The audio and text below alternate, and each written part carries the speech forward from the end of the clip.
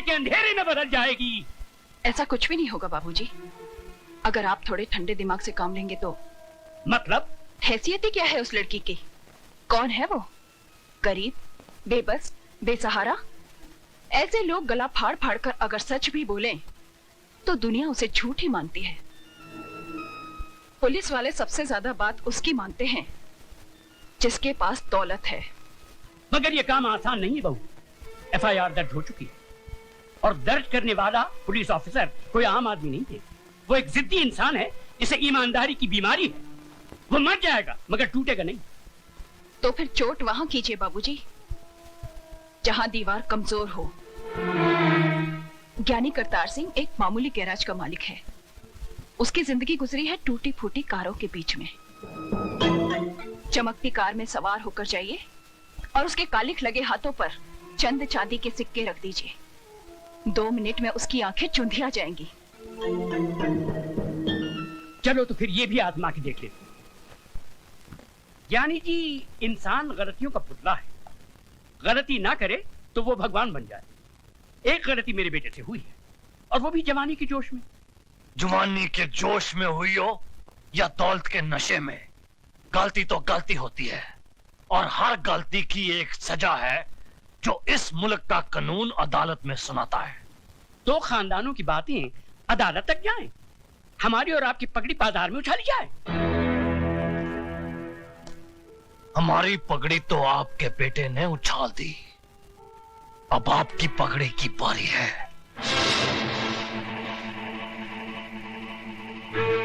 बरसों से मैं आपको जानता हूं। इस दुनिया में आपका कोई भी नहीं, इसीलिए आप औरों को अपना लेते हैं।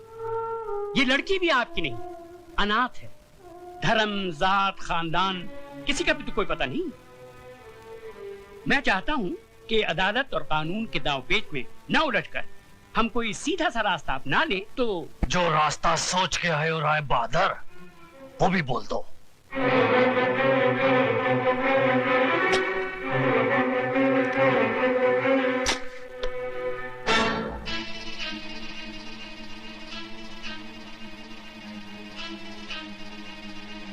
ये 2 लाख रुपए हैं। उस लड़की ने इतनी बड़ी रकम देखना तो दूर, सोचा भी नहीं होगा। ये आप उसे दे दीजिए, वो इस शहर से कहीं दूर जाकर एक नई जिंदगी शुरू कर सकती है।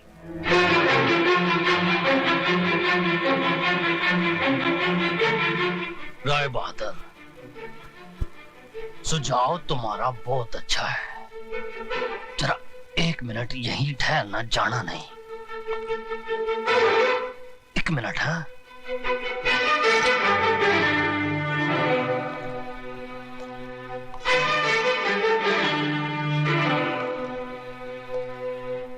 आपने मेरी बेटी की इज्जत की कीमत बहुत कम लगाई है, लेकिन मैं ऐसा नहीं करूंगा। ये 2 लाख नहीं 4 लाख रुपए हैं। अपने कार की बहू को रात को मेरे साथ सुला दो। ये करतार सिंह, यकीन मानिए मैं मुकदमा भी वापस ले लूंगा। बाकी की जिंदगी आपकी बहू इस शहर से कहीं दूर जाके बिता सकती है, बड़ी खुश हो जाएगी। तुम उस मामूली लड़की का मुकाबला मेरी बहू से कर। चुप है, वरना इस कार से तू नहीं तेरी लाश जाएगी।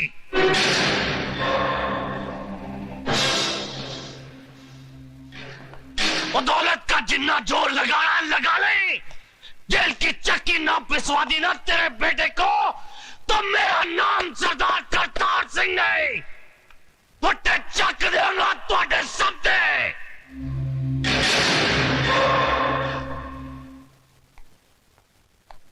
राय साहब, हिंदुस्तान की अदालतों में मुझे ज्ञान प्रकाश नहीं, माइक टाइसन के नाम से बुलाया जाता है। जिस तरह वो बॉक्सिंग रिंग में उतर के घूंसों की बौछार कर देता है, उसी तरह मैं अदालत में गंदे और अश्लील सवालों की बारिश कर देता हूं। आपके बेटे ने तो उसके कपड़े उतारने के लिए अपने हाथों का इस्तेमाल किया होगा, लेकिन मैं उसे अपने सवालों से नंगा करूंगा। रेप क्या है उसका मतलब मैं समझाऊंगा उसे। अदालत में जब बलात्कार का मुकदमा चलता है तो ऐसा लगता है कि यह अदालत नहीं, जिस्म बेचने का बाजार है। जहां औरत के जिस्म के हर उस हिस्से की बात होती है जिसे भगवान ने शर्म की मिट्टी से संवारा है। माला, तुम सुन रही हो ना? आप बोलते जाइए। जानती हो कैसे कैसे सवाल पूछे जाएंगे? जब तुम्हारा बलात्कार हो रहा था तो तुम्हारी साड़ी कहां थी? जांघों के ऊपर या जांघों के नीचे? ब्लाउज कहां था? बदन पे था या उतार लिया गया था? रेप करने वाले के हाथ तुम्हारी जांघों पर थे या तुम्हारे स्तन पर? चुप कर वकीला, चुप कर। अगर मेरी बेटी से ऐसे गंदे गंदे सवाल पूछे जाएंगे तो नहीं चाहिए मुझे इंसाफ। लेकिन मुझे चाहिए इंसाफ। क्या पूछेगा वो वकील? यही ना कि उस लड़के का हाथ कहाँ था, जांघों पर या छाती पर? छाती क्या होती है वो मैं उसे बताऊंगी। यह है छाती, जिसका दूध पीकर हर मर्द की छाती चौड़ी होती है। इसे कहते हैं स्तन। अगर अपनी माँ का दूध पीते वक्त ठीक से न देख सका हो तो मैं उसे दिखाती हूँ। मैं औरत हूँ और मुझे फक्र है कि मैं वो काम कर सकती हूँ जो दुनिया का कोई भी मर्द नहीं कर सकता। अपने जिस्म में एक नए इंसान को जन्म दे सकती हूँ। अपनी छाती का दूध पिलाकर उसे बड़ा कर सकती हूँ, जो आगे चलकर राम या रहीम बनेगा। शाबाश माला, शाबाश। अगर हिंदुस्तान की हर औरत तुम्हारी तरह बेखौफ हो जाए तो इस समाज में औरत को वही दर्जा मिलेगा जो उसे मिलना चाहिए। शाबाश।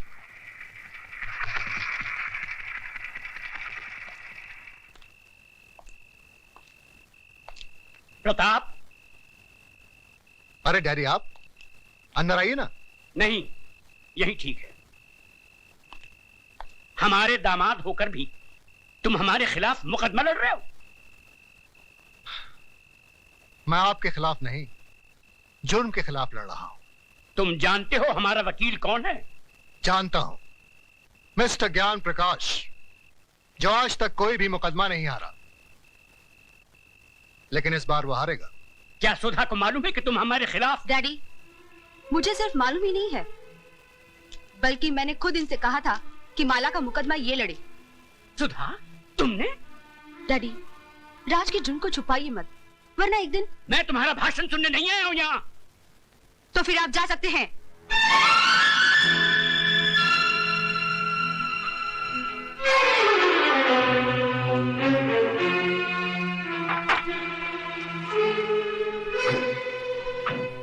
माय लॉर्ड, आज इस अदालत में एक बलात्कार का मुकदमा आया है। बलात्कार यानी कि एक लड़की के साथ जबरदस्ती करके उसकी इज्जत को लूटना। मेरी राय में ऐसे अपराधी को गोली मार देनी चाहिए।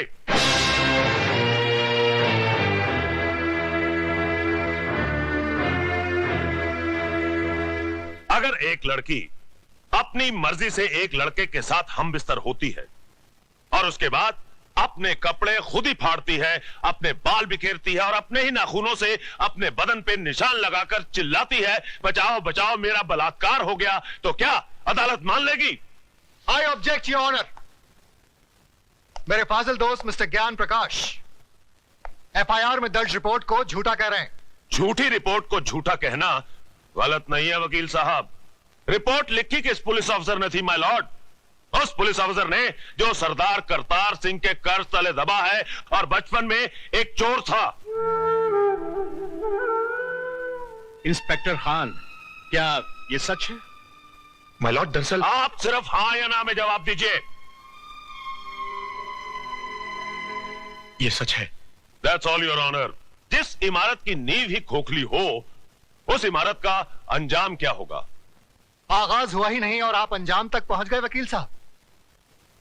इस हादसे के चश्मदीद गवाह हैं योर ऑनर, 40 मासूम छोटे छोटे बच्चे, जिन्हें ना ही आपकी बुलंद आवाज का खौफ है और ना ही किसी अंजाम की परवाह। आप फिक्र मत कीजिए वकील साहब, धीरे धीरे सबको बुलाऊंगा इस कटहरे में। माय लॉर्ड, सबसे पहले मैं मिस माला से कुछ सवाल पूछना चाहता हूं।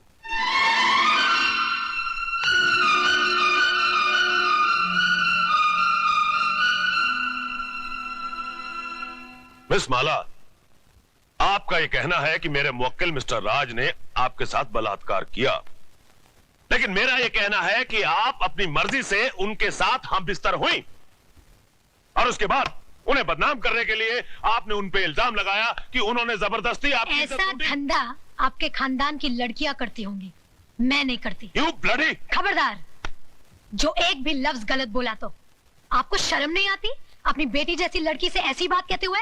मिस माला, ये मंदिर नहीं जहां पर वचन किया जाए, ये अदालत है जिसमें एक मासूम की जिंदगी का फैसला होने वाला है। जिसने मेरी जिंदगी को गाली बना दिया वो आपको मासूम लग रहा है, इसलिए कि उसने आपके जेब में हरे हरे नोट भर दिए?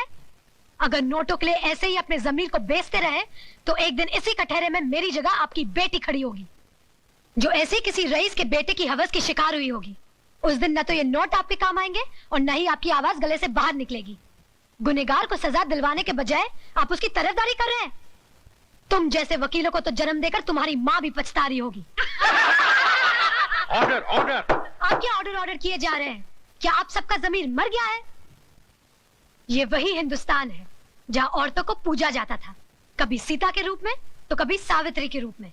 और आज उसी देश में अगर औरत को एक बार नंगा किया गया तो इसकी इज्जत को ढाका नहीं गया, बल्कि बार बार नंगा किया गया, कभी प्रेस वालों ने तो कभी टीवी वालों ने, और अब ये वकील साफ कर रहे हैं और आप चश्मा साफ कर करके देख रहे हैं। अरे समाज के ठेकेदारों, क्या भूल गए तुम लोग? द्रौपदी को भी एक बार नंगा किया गया था, कौरवों का पूरा खानदान मिट गया था, आज उनके खानदान का एक भी वारिस नहीं बचा। वकील साहब, यही पूछना चाहते थे ना कि बलात्कार के वक्त वो मेरे ऊपर था या नीचे, उसके हाथ कहाँ थे, मेरे स्तन पर या मेरी जांघों पर?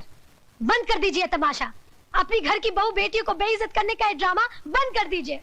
कहीं ऐसा ना हो कि आज की औरत शर्म की दहलीज पार कर जाए। इस अदालत में कल जो मुकदमा आएगा वो ये नहीं होगा कि एक लड़के ने एक लड़की का बलात्कार किया, बल्कि ये होगा कि एक लड़की ने एक लड़के का बलात्कार किया। सिर झुकाए ये खड़ा होगा, ये मैं नहीं। Order order. The court is adjourned. ये लड़की है या किसी देवी का अवतार? अरे पिछले 30 साल में मैंने बड़े से बड़े धुरंधर वकीलों को अदालत की धूल चटवा दी, लेकिन इसने मुझ जैसे पहाड़ को अपने पैरों तले रौंद के रख दिया। मगर आप तो अपने आप को माइक टाइसन कहते थे। माइक टाइसन को भी कोई मर्द नहीं पछाड़ पाया था। अरे उसे भी पछाड़ा तो एक मामूली सी लड़की ने। मगर अब हम क्या करें ये तो बताइए। इससे पहले कि कल सुबह जज अपनी कुर्सी पर बैठे, माला को इस दुनिया से उठवा दीजिए।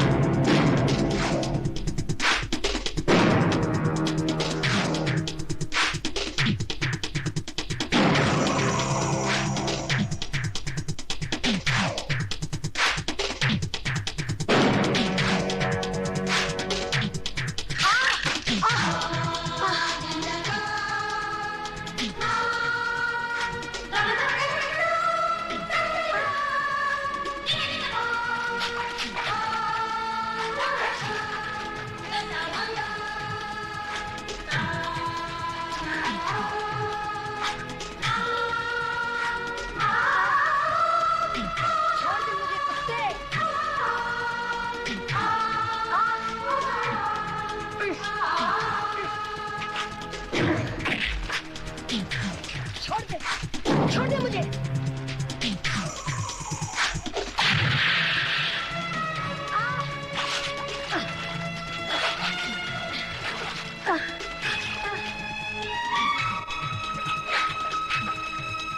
खोल दे साली का मुंह, इसके मुंह में तेजाब डालता हूं।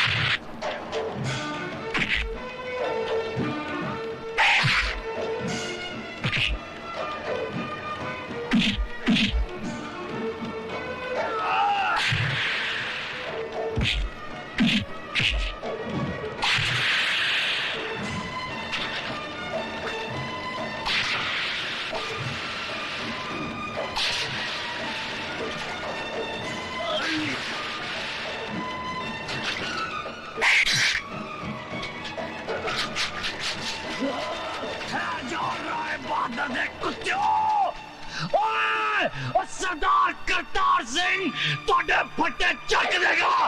क्या लड़ा राय बहादुर पैर के टकेलू। मिलोड, पिछले 30 सालों से मिस्टर ज्ञान प्रकाश इंसाफ के इस मंदिर की चौखट पर अपना माथा टेकते आए हैं। इस देवी के चरणों में श्रद्धा के फूल चढ़ाते आए हैं, क्योंकि ये अब तक हर मुकदमा जीतते आए हैं। लेकिन आज जब पहली बार इन्हें शिकस्त की हल्की सी झलक दिखाई दी तो ये बौखला गए। इंसाफ के इस मंदिर से इनका विश्वास उठ गया, इस देवी में इनकी श्रद्धा टूट गई और इन्होंने अपने हाथों में इंसाफ के तराजू की जगह दौलत की तलवार उठा ली। मेरी मुवक्किल माला को इस दुनिया से उठाने का फैसला कर लिया, उस पर कातिलाना हमला करवाया। अगर यकीन नहीं आता मिलॉर्ड तो आप खुद ही देख लीजिए माला के जिस्म पर पड़े हुए जख्मों के ये निशान। मैं अपने फाजिल दोस्त से यह पूछना चाहूंगा कि अगर इस मुकदमे का फैसला अदालत के बाहर ही करना था तो इस अदालत में आने का ढोंग क्यों रचाया जा रहा है? जब इन मासूम बच्चों के बयान के बगैर इस मुकदमे को अंजाम तक पहुंचाया जा सकता है तो फिर इन्हें क्यों बुलाया गया है? अगर ताकतवर अपनी ताकत के जोर पर ही मुकदमे का फैसला करवा सकता है तो यह अदालत क्यों बनाई गई है? अगर गरीब और बेबस को इंसाफ नहीं दिया जा सकता तो बंद कर दीजिए यह अदालत। रुक जाइए जज साहब, आप अपना फैसला सुनाए इससे पहले मैं आपसे एक सवाल पूछना चाहती हूँ। पूछो। अगर मुकदमा ये वकील साहब जीत गए तो इन्हें ढेर सारे नोट मिले।